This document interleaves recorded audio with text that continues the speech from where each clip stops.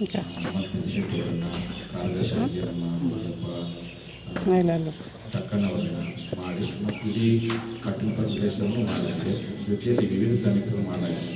ದಾಸೋಹ ವೇದಿಕೆ, ಮೆರವಣಿಗೆ, ಬೈಕ್ ರ್ಯಾಲಿ ಮತ್ತು ಪ್ರಸಾದ ವಿತರಣಾ ಸಮಿತಿ, ಸ್ವಚ್ಛತಾ ಸಮಿತಿ ಮಾಡಲಾಗಿದೆ. ಎಲ್ಲರೂ ಸಹ ಸಕ್ರಿಯವಾಗಿರುತ್ತದೆ. ಹಾಗಾಗಿ ಸಮಾಜ ಬಾಂಧವರು ಇವೆರಡು ಸಮಕ್ಕೆ ಸರಿಯಾಗಿ ಇದು ನಿಮ್ಮ ತಾಲೂಕಿನ ಗೌರವ, ನಿಮ್ಮ ತಾಲೂಕಿನಿಂದ ಹೋರಾಟ ಶುರುವಾದ್ರಿಂದ ಅದು ಒಂದು ಯಶಸ್ಸನ್ನು ಕಾಣುತ್ತೆ. ಸುಮಾರು 10ರಿಂದ 20,000ಕ್ಕಿಂತ ಹೆಚ್ಚು ಜನ ಸೇರಿ ಇನ್ನು ಕರ್ನಾಟಕದ 240 ತಾಲೂಕಿನ ಜನರಿಗೂ 224 ವಿಧಾನಸಭಾ ಕ್ಷೇತ್ರದ ಜನರಿಗೂ ಆರೋಗ್ಯ ಹೋರಾಟ ಮಾದರಿ ಹೋರಾಟ ಆಗುವಂತೆ ಸರ್ಕಾರದ ಮನಸ್ಸನ್ನು ಪರಿವರ್ತನೆ ಮಾಡುವ ಹಾಗೆ ಹೋರಾಟಕ್ಕೆ ತುಂಬಬೇಕು ಅಂತೇಳಿ ಈ ಒಂದು ಮಾಧ್ಯಮಗೋಷ್ಠಿ ಹಾಕೋತೀವಿ. ಮತ್ತು ಬರುವಂಥ ಎಲ್ಲ ಭಕ್ತರುಗಳಿಗೂ ಅದೇ ಮಟ್ಟದಲ್ಲಿ ದಾಸೋಹ ವ್ಯವಸ್ಥೆ ಮಾಡಲಾಗಿದೆ. ತಾವೆಲ್ಲ ಬಂದು ಭಾಗವಹಿಸಬೇಕಂತೇಳಿ ಈ ಮನವಿ ಮಾಡ್ತಾರೆ.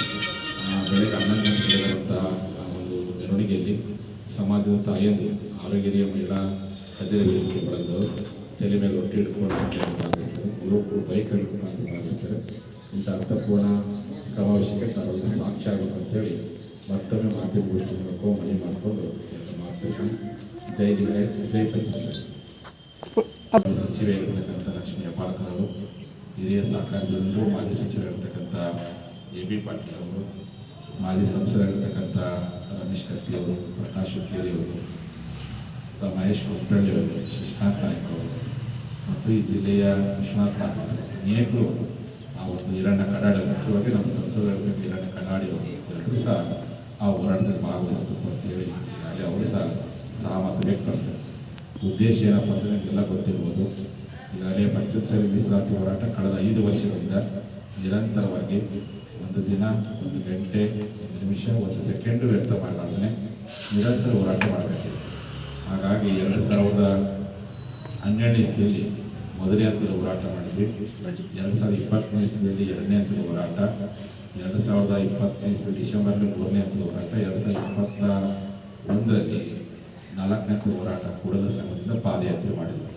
ಆ ಪಾದಯಾತ್ರೆ ಕರ್ನಾಟಕದ ಪಂಚಮ ಸಂಘ ಬಡಿದೆಬ್ಬಿಸುವಂಥ ಹೋರಾಟವಾಯಿತು.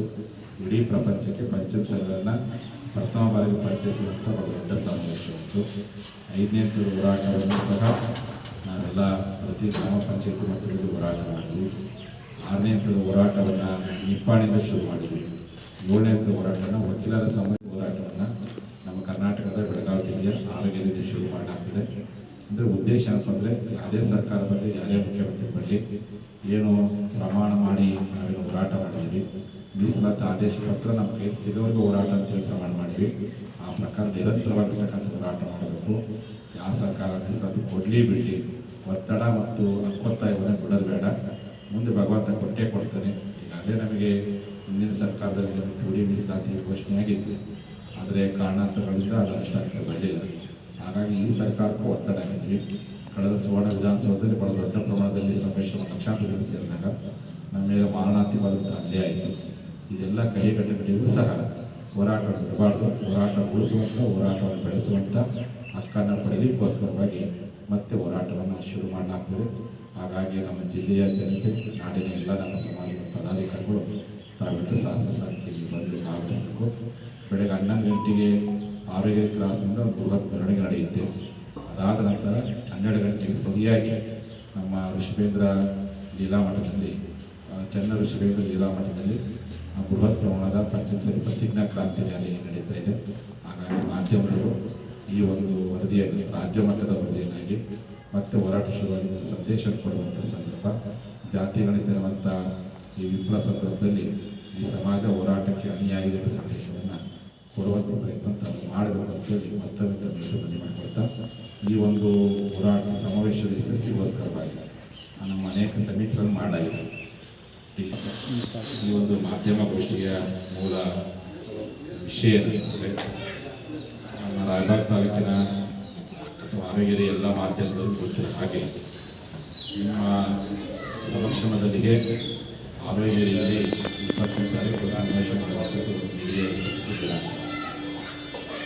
ರಾಯಬಾಗ ತಾಲೂಕಿನಲ್ಲಿ ಶ್ರಾವಣ ಮಾಸದ ಪ್ರಯುಕ್ತವಾಗಿ ಕಳೆದ 1 ತಿಂಗಳ ಕಾಲ ಎಲ್ಲ ಗ್ರಾಮಗಳಲ್ಲಿ ಇಷ್ಟಲಿಂಗ ಪೂಜೆ ಮತ್ತು ಗ್ರಾಮದಲ್ಲಿ ಕೂಡಲ ಸಂಗಮ ಕಾರ್ಯಕ್ರಮ ಯಶಸ್ವಿಯಾಗಿ ಮಾಡಲಾಗಿದೆ. ಈ ನಡುವೆ 8ನೇ ಹಂತದ ಮೀಸಲಾತಿ ಹೋರಾಟವನ್ನು ಕರ್ನಾಟಕದ ಯಾವುದಾದ್ರೂ ಭಾಗದಲ್ಲಿ ಶುರು ಮಾಡಬೇಕಂತ ಅಪೇಕ್ಷೆಯು ನಾಡಿನ ಜನರಿಗೂ ಸಮಾಜವಾಗಲಿದೆ.